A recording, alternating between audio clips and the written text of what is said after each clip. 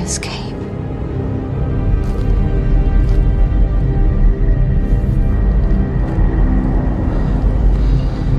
You're waiting for a train.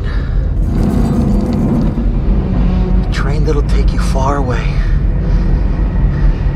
You know where you hope this train will take you. But you can't know for sure. Yet it doesn't matter. Now tell me why! Because you're together! But I never knew that idea would grow in her mind like a cancer, that even after she woke,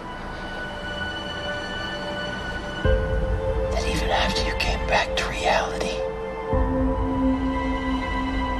that you continue to believe your world wasn't real. That death was the only escape. Oh, no! Jesus!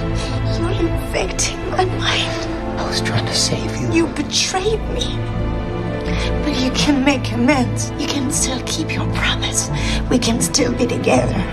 Right here. In the world we built together.